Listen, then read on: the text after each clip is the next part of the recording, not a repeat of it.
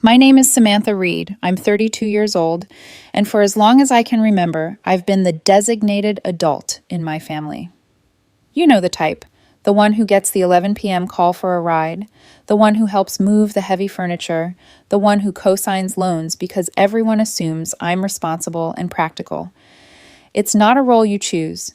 It's a role that finds you, quietly and relentlessly, until it becomes your identity. My younger brother, Ryan, is 29, charming in that reckless, magnetic way that makes people forgive him before they even know what he's done. He lives for impulse, for the thrill of the moment, and tends to ignore consequences until they land squarely on his shoulders. Then there's Cynthia, his fiancé. She's 27, dazzling, charismatic, and utterly consumed by the image of perfection she curates for the world on social media. I never truly warmed to Cynthia. There's something about her compliments that cuts deeper than any insult. "It's so amazing that you're so stable and practical," she'd say, her smile never quite reaching her eyes. It's a constant reminder that she finds my life boring, mundane, unworthy of admiration. And Ryan? Ryan was smitten, utterly in love, completely blind to the subtle manipulations that, to me, were obvious from the start. 3 months ago, they found their dream house, a sleek, modern build in a neighborhood they couldn't possibly afford. Predictably, their income alone wasn't enough for the mortgage. That's when Ryan sat me down for what felt like the most significant ask of my life. He wanted me to be their guarantor. It was a hell of a risk. A mortgage that could hang over my head for the next 30 years is not something you shrug off. I love Ryan, but I'm not an idiot. I told him I needed time to think. The very first thing I did was hire a lawyer to review the paperwork. He said the bank's agreement was standard, but he gave me a piece of advice I wouldn't forget.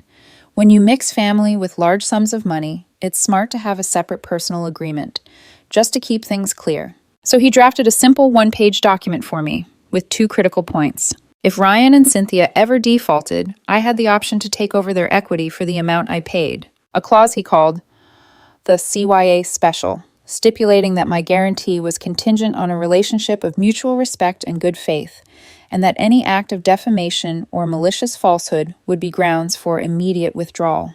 At the time, it felt like overkill.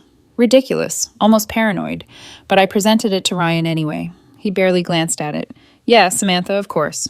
We're family. Good faith is a given." We signed it in front of a notary, and I filed it away, feeling a cautious sense of security. The bank approved the mortgage. Ryan and Cynthia were ecstatic. I forced a smile for their sake, though there was a knot of unease in my stomach I couldn't shake. Something about the way Cynthia's eyes glimmered when she mentioned the house. It wasn't joy, it was calculation. Fast forward to a family barbecue. I was making small talk with some cousins when Cynthia, perhaps a little tipsy, sidled up. She stood closer than necessary, her hand brushing my forearm. "You're always so serious," she said, eyes flicking over me, lips curved in a smile that didn't reach them. "You should try to have some fun." It was classic Cynthia, patronizing, overly intimate, subtly invasive. I felt a wave of discomfort, so I excused myself and grabbed a drink, thinking little of it at the time. But looking back now, it was a taste of the storm that was coming. That evening, I lay awake, replaying every interaction. I couldn't shake the feeling that Cynthia was planting seeds, little manipulations, hints of disapproval, tiny cracks in Ryan's trust in me. And I knew deep down that when the time came, those cracks could fracture everything. I didn't realize it then, but that moment at the barbecue was the first real sign that my role as protector and responsible one might collide violently with someone else's carefully curated image of family perfection. And that collision was coming. 2 days ago, everything changed. I woke up to a flood of messages from Ryan, each one more frantic than the last. I'd never seen my brother like this, panicked, unmoored, as if the ground beneath him had vanished. And it was all because of Cynthia. Apparently, Cynthia had broken down in tears and confessed something to Ryan, something so fabricated and venomous that it felt like a punch straight to my gut. She told him I'd been making her uncomfortable for months, cornering her, whispering that she wasn't good enough for him, that she should be with a real man who could provide the life she deserved. Every accusation was specific, targeted, crafted to destroy trust. It wasn't just a misunderstanding. This was a full-scale character assassination, and suddenly, months of Cynthia's subtle digs and passive-aggressive remarks fell into place. The compliments that cut too deep, the small manipulations I had brushed off, they were the foundation for this. I tried calling Ryan immediately. No answer. Voicemail. I left a message, calm, rational, pleading him to think. Nothing. And then the final message came through. Samantha, I can't believe you would do this to us. Cynthia is a wreck. Just stay away from us. That was it. 32 years of shared history, gone in one text.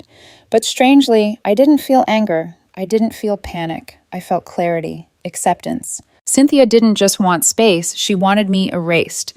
But she still wanted my financial backing, my guarantee, my complicity in securing a house she didn't deserve to inhabit. That night, I made a decision. I called the mortgage advisor at the bank. My voice was steady, measured, almost eerily calm. Due to a significant and unforeseen personal conflict, I am formally withdrawing my name as guarantor for the loan for Ryan and Cynthia. There was stunned silence on the line. The advisor spoke carefully, choosing each word. I have to inform you that this action will almost certainly lead to the denial of their entire mortgage application. I knew. I didn't hesitate. I hung up, blocked their numbers, and finally allowed myself to breathe. Fast forward to that evening, 10 p.m., a loud, frantic banging at my front door. I peeked through the peephole. Ryan. Disheveled, exhausted, like a storm had passed through him. I opened the door and waited. What did you do? His voice cracked. He barged into the living room without invitation. Exactly what I said I would, I replied, closing the door behind him. I'm staying away. The bank called. The loan is denied. You torpedoed it yourselves. He froze, a mixture of disbelief and desperation flashing across his face. Why? I didn't flinch. Are you serious, Ryan? You accuse me of trying to steal your fiancé. You tell me to stay away. And you can't figure out why I'd pull a multi-$100,000 guarantee from under you? That was personal. That was defense. That was me staying away. He began pacing, running his hands through his hair. Cynthia was upset. Maybe she overreacted. Overreacted? I laughed, though there was no humor in it. A fight is when we argue over who has to clean the gutters. What you're talking about is a calculated character assassination, and you co-signed it without a single question. You believed her instantly. His phone buzzed. Cynthia's name lit up the screen, and I could hear the faint sound of her voice, frantic, desperate. Is he fixing it? Tell him he has to call them. Make him fix it. Ryan's face hardened. The desperation drained away, replaced by the borrowed anger of someone being controlled. He hung up and turned to me. You have to call the bank, he demanded, voice low, almost threatening. Tell them it was a mistake, an emotional reaction. Fix it. No. The word hung between us, heavy, final. What do you mean, no? His voice rose. I mean, no. The decision is final. I'm not a light switch you can flick on and off whenever you need something. You don't get to treat me like a monster one day and a bank the next. This is me staying away from your finances. I am done. For a moment, I saw the little brother I grew up with, lost, terrified, desperate. But it was gone, replaced by the man Cynthia had molded him into. Compliant, manipulated, a puppet in someone else's narrative. So you're really going to let our dream die just like that? Out of spite? He asked. Your dream became a nightmare for me, Ryan, I said softly. You and Cynthia set it on fire. I'm just walking out of the smoke. He left without another word. I closed the door and felt the quiet settle over me. For the first time in years, I wasn't carrying anyone else's chaos. For the first time, I was free. But freedom comes with a cost. That cost, I knew, would echo through the family. The denial of the mortgage didn't just ruin a house dream. It detonated our family's carefully maintained facade of harmony. Ryan was devastated, and Cynthia, predictably, spun the story to perfection. In her version, I was the unstable, controlling sibling, jealous of her and sabotaging the couple's future for no reason. Friends, cousins, distant family, suddenly they all had an opinion. Texts came in, asking if I was okay, if I was safe. It was as though my life was under a microscope, every action interpreted through Cynthia's lens. Even my partner, Charles, who had been my anchor through everything, was getting questions. Mutual friends were quietly probing, wondering if being with me meant being caught in some kind of emotional crossfire. I felt the familiar tug of responsibility, not for the house, not for Ryan or Cynthia, but for the truth. I couldn't let lies define my life. Not now. Charles, calm and steady as ever, was already thinking ahead. He reminded me gently, "They're bluffing. Evidence matters more than panic. Gather it. Protect yourself, Samantha. That's all you can do." So I did. I dug through my files and found the notarized side agreement I had insisted on months ago. The mutual respect and good faith clause, the one Ryan had dismissed without reading, was now my shield. I also took screenshots of Ryan's text telling me to stay away, time-stamped and irrefutable. Instead of sending it to Cynthia's lawyer, I did something more powerful. I sent it to my parents. A single email, short, factual, unemotional, with the subject line, "The full story." "Mom, Dad, you've been asking why I did this. The attached document is a legal agreement Ryan and I both signed. His text message to me also attached. He broke our agreement before I ever called the bank. I didn't act out of spite. I acted to protect myself." Then I waited. For 48 hours, silence. Then my father called. Not angry, not disappointed, just heavy. "I got your email. Your mother and I read it. We didn't understand why Ryan didn't tell us." I explained. He probably forgot, or he didn't want to see the consequences. My parents had their own principles, and seeing the evidence laid bare, the notarized agreement, the text message, was enough to pierce the narrative Cynthia had created. That night, my parents confronted Ryan. With his own signature in hand and a text he could not deny, his story crumbled. He admitted the truth. Everything I'd feared was true. Cynthia had manipulated him, made him believe I was a threat to their happiness, and he had gone along, thinking it would smooth things over. He never imagined I would actually withdraw my guarantee. The relief I felt was tempered by sadness. The rift wasn't healed. The fracture was permanent. Ryan and I had always shared a bond, but now the trust was gone. It could never fully return. Cynthia, however, didn't stop. She tried to play the victim again, crying, explaining to everyone that I had ruined her life, that Ryan had been the brave defender of their love, and that I was the bitter, unstable sibling with a vendetta. Her performance was convincing to some, and the toxic ripple of gossip spread through the extended family. Even holidays, even casual gatherings, became minefields. Every glance, every question felt like a judgment, and Charles had to navigate the fallout alongside me. Friends and family we thought were allies quietly chose sides, and the cost of standing up for myself became clear. Even truth can feel like betrayal when everyone else is watching. But I stayed firm. My evidence was solid. My decision had been clean, decisive, and legally protected. I had done the right thing, even if it meant isolation, even if it meant enduring Cynthia's smear campaign and Ryan's temporary absence from my life. And so we waited. The tension was almost physical, a tight cord pulled taut across every interaction. I didn't know what would come next. Legal threats, social pressure, or emotional confrontation, but I knew one thing. I would not compromise my integrity. Not now. Not ever. Even in silence, the storm was brewing. A week after the mortgage denial, a certified letter arrived from a law firm. My stomach dropped. The letter was aggressive, demanding I immediately reinstate my guarantee. It claimed that my withdrawal was tortious interference with Ryan and Cynthia's building contract, and threatened legal action to recover their lost deposit and significant emotional damages. For a moment, panic set in. My clean, decisive action, the one I had taken to protect myself, was suddenly dragged into a potential legal nightmare.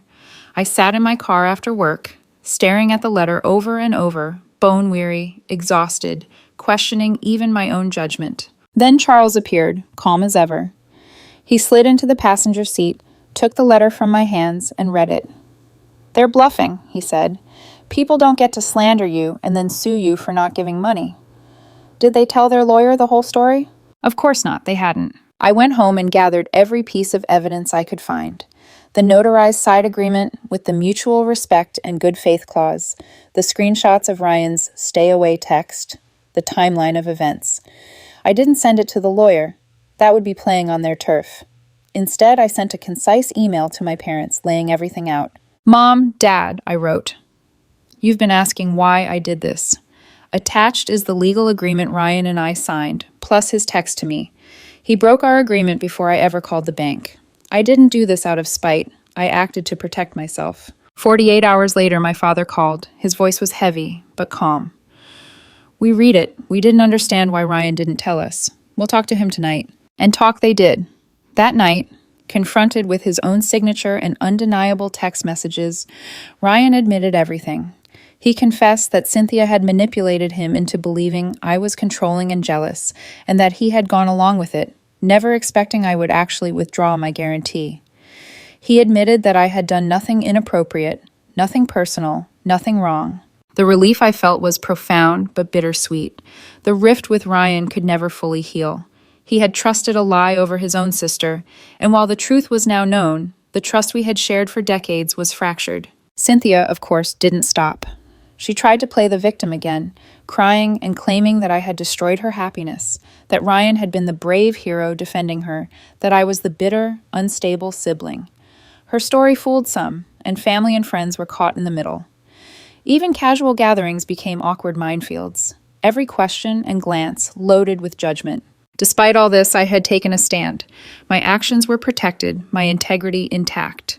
The cost was high. My brother, temporarily estranged. Cynthia, relentless. Family dynamics, forever altered. Holidays would be difficult, interactions tense, friendships tested. But I had preserved something far more important, myself. I had drawn a line between manipulation and truth, between duty and self-respect. I had refused to be used, to be erased, or to be financially exploited under false pretenses. Ryan and Cynthia remained together, trapped in a small apartment, burdened by resentment and regret. Their dream was gone, their savings diminished, and their relationship poisoned by lies and manipulation. There were no winners here, only the consequences of choices made in desperation and deceit. As for me, I felt a grim sense of justice, tempered by sadness. I had acted correctly, decisively, morally, and yet the price was tangible. I lost my brother's trust for now, and some family members continued to believe Cynthia's twisted version of events.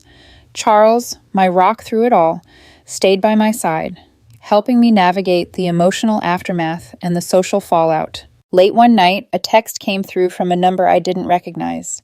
I know it's not enough, but I am sorry for everything. I knew immediately it was Ryan. I stared at the message for a long time, typed out a reply, deleted it, and repeated that process 3 more times before finally putting the phone down. Some breaches cannot be fixed.